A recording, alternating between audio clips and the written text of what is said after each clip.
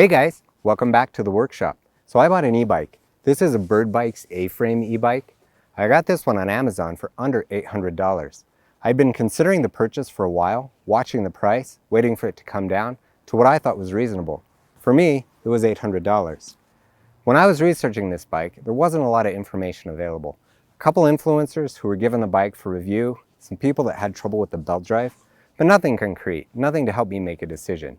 So in today's video, I want to walk you through this bike in great detail. I want to give you the information you need, so if you're considering buying one of these, you know what you're getting into. So if that interests you, stay tuned. We'll get started.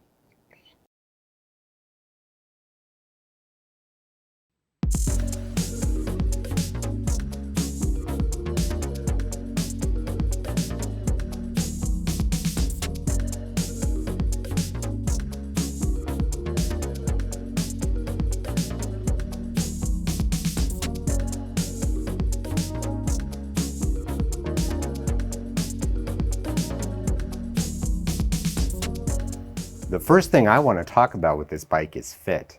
It's a really big bike.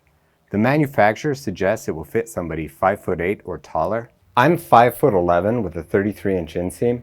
When I straddle the bike, there's only about a 1/4 inch between my crotch and the top tube. If you're shorter than me or you've got a shorter inseam, you may find that this bike is too tall. When I've got the seat height set right for pedaling, when I put my feet down, I'm on my tiptoes to hold the bike level. From a reach perspective, the distance from the seat to the handlebars is just about right for somebody my size. With a tip measure, from the center of the seat to the tip of the handlebars is 24 inches. So now that you've seen how it fits me, let's take some measurements so you'll know how it'll fit you.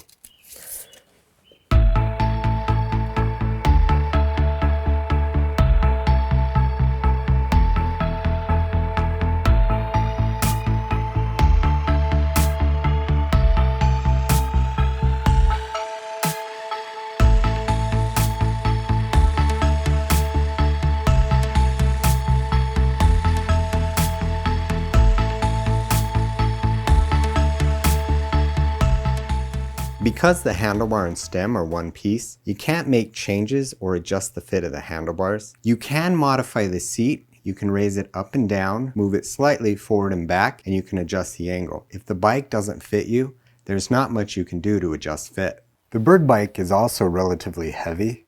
I measured it in between 50 and 55 pounds using my bathroom scale. If you routinely carry it up and down stairs, that weight may become a problem.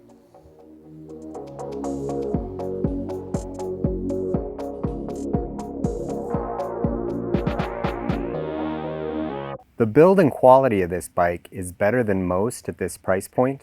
At $800, you get a lot of bike for your money. The Bird's frame is made from 6061 aluminum and given a nice gray powder coat finish. There's only one badge on the bike. It's the black and white Bird logo on the top tube. The wheels are anodized aluminum with black painted spokes. The fenders on the bike are made out of black plastic and they're held in place with some steel brackets. They feel quite durable. I did have some trouble with the rear fender. It was damaged in transit, and I'll show you that in a moment.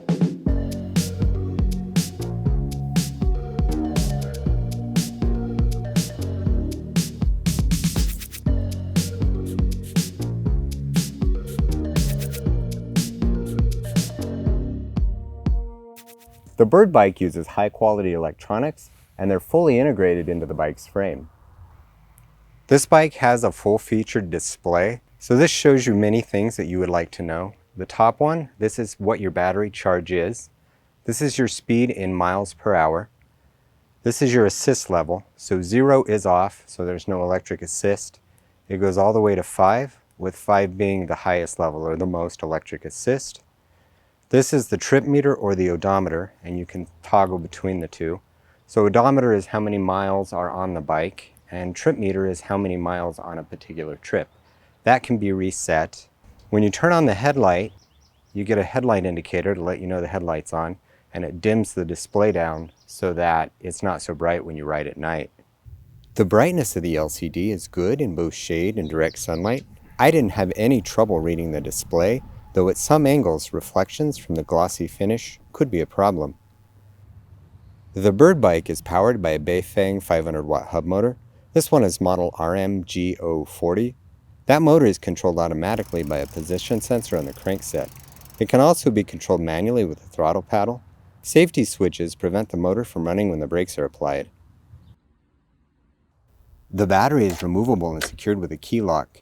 It is rated at 12.8 amp hours at 36 volts. I couldn't find the manufacturer, but the model is HD3613. The charge port is located on the battery and protected by a rubber flap. The battery can be charged both on and off the bike. The charge port uses a standard 5.5mm barrel connector. The charger is made by Boangdi and is rated at 2 amps. I've found the bike charges about 15% per hour. A full charge from empty would take roughly 7 hours.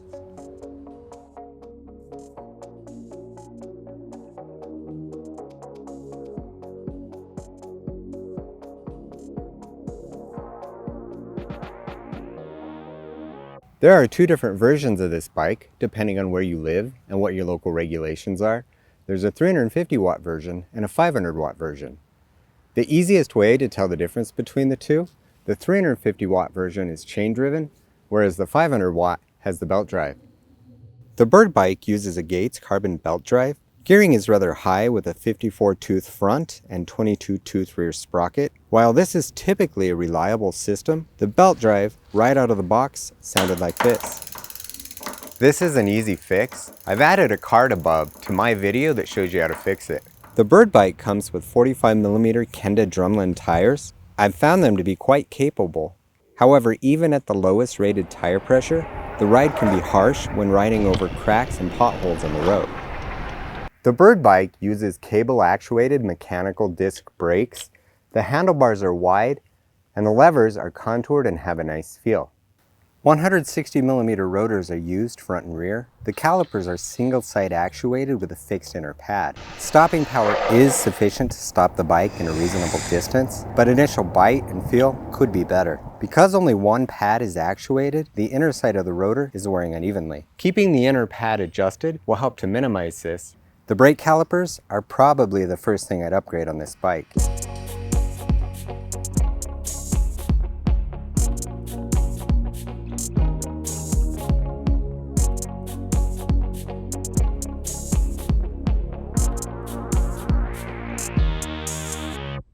The Bird bike comes with a host of well thought out and integrated features. The left brake lever has a built-in bell, which is loud enough to startle pedestrians at least 20 feet in front of you.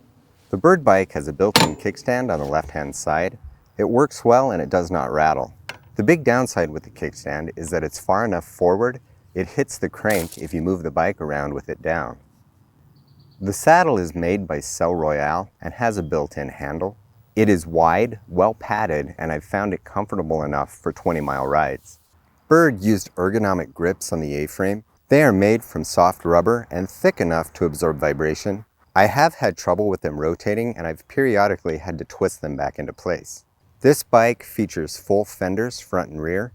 The rear offers full protection, but I found the front to be too short. It isn't long enough to protect my shoes. There are rack mounts on both the front fork and the rear stay. You can run front and rear racks on this bike. Bird did include a motion alarm with this bike. It's made of painted plastic and it's mounted in the underside of the top tube. The only way to use the alarm is through the app. I really don't like that, and we'll talk about why in a moment. Once the alarm is armed, moving the bike will set it off. I've turned down the volume here to spare your ears. It's really quite loud in person.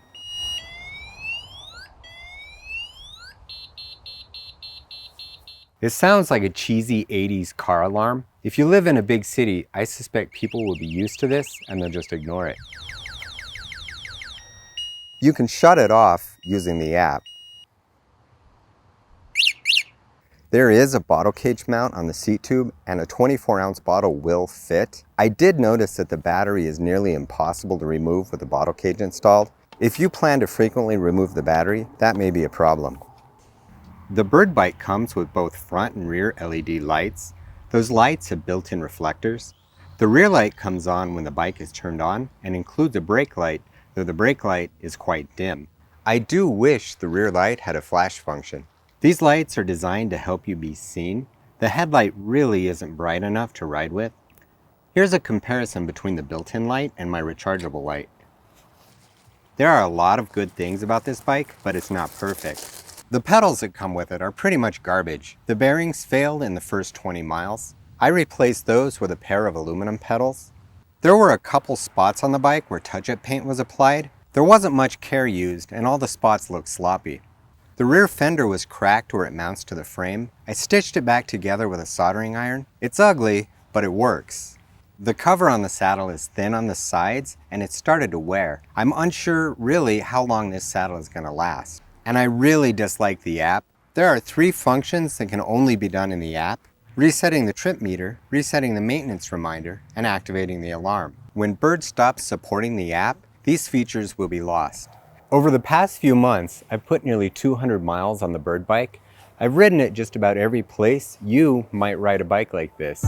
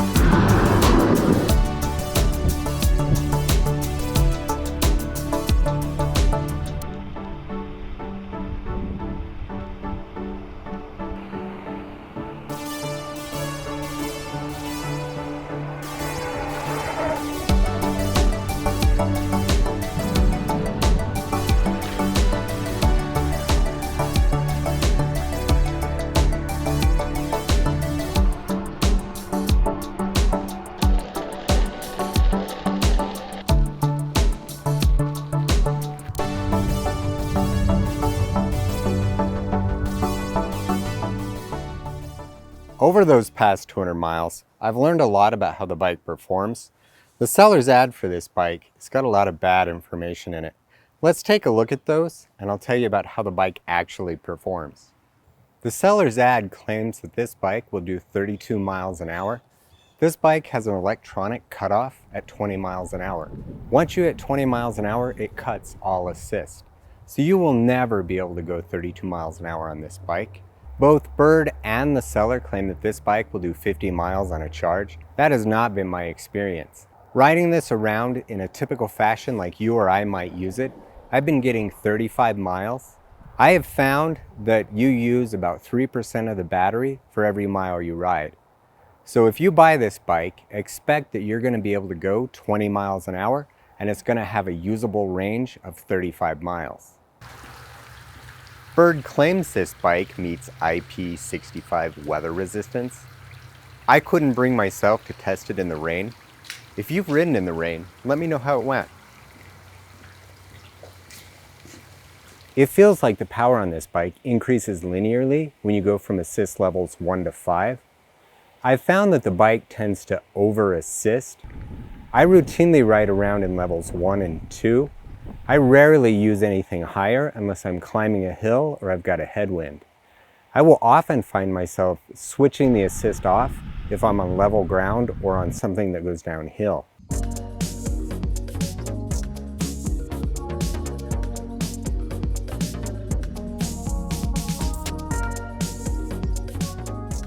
I'm sure many of you are wondering, can I ride this bike around town without pedaling, just using the throttle? The answer, unfortunately, is no, probably not. Throttle-only performance on this bike is miserable. This is my favorite hill. It's a mile long with an average grade of 5%. Let's see how the Bird bike gets up it, pedaling versus throttle only.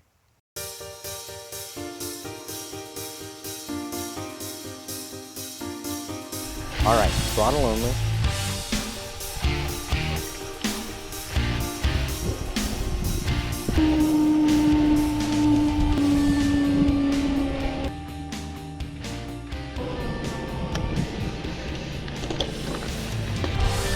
Okay, this time pedaling.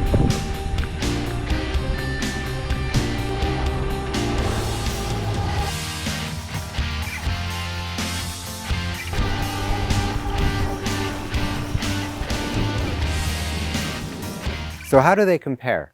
Throttle only, it took me 4 minutes and 5 seconds. I got to the top at 10 miles an hour. And pedaling in level 5, it took me 3 minutes 20 seconds and I got to the top at 18 miles per hour. I've found that the bike does okay throttle only when it's flat, but it really struggles on hills. More importantly though, it uses a lot of battery power throttle only. I've found that it uses about 10% of the battery per mile when you're running without pedaling. So the big question is, should you buy this Bird e-bike? The short answer is yes, with caveat. If you want an e-bike with lots of features and you want to ride it like a bicycle and not a motorcycle, then this is the bike for you. The Bird bike has a top speed of 20 miles an hour and a usable range of 35 miles. If these limitations fit within the way you want to use a bicycle, then this e-bike is also for you. The Bird bike comes partially disassembled and you'll have to put it together. If you've got the ability to adjust the brakes, tension the rear spokes and fix the noisy belt, or you've got a local bike shop that can do that for you, then this is also the e-bike for you. If these match what you're looking for, definitely buy the bike. At $800, it's a really good deal. Really, the only reason not to buy this bike is if you want to ride it around without pedaling. The Bird bike does not do well throttle only. If that's the kind of riding you want to do, I'd recommend you look elsewhere. I'm about to hit the 300 mile mark on my Bird A-frame. I've been really happy with it, despite its flaws. I hope you enjoyed watching today's video, or at least found it useful. If you did, would you consider liking the video and also subscribing? So that's it for today's video. Thanks for watching. I'll see you later.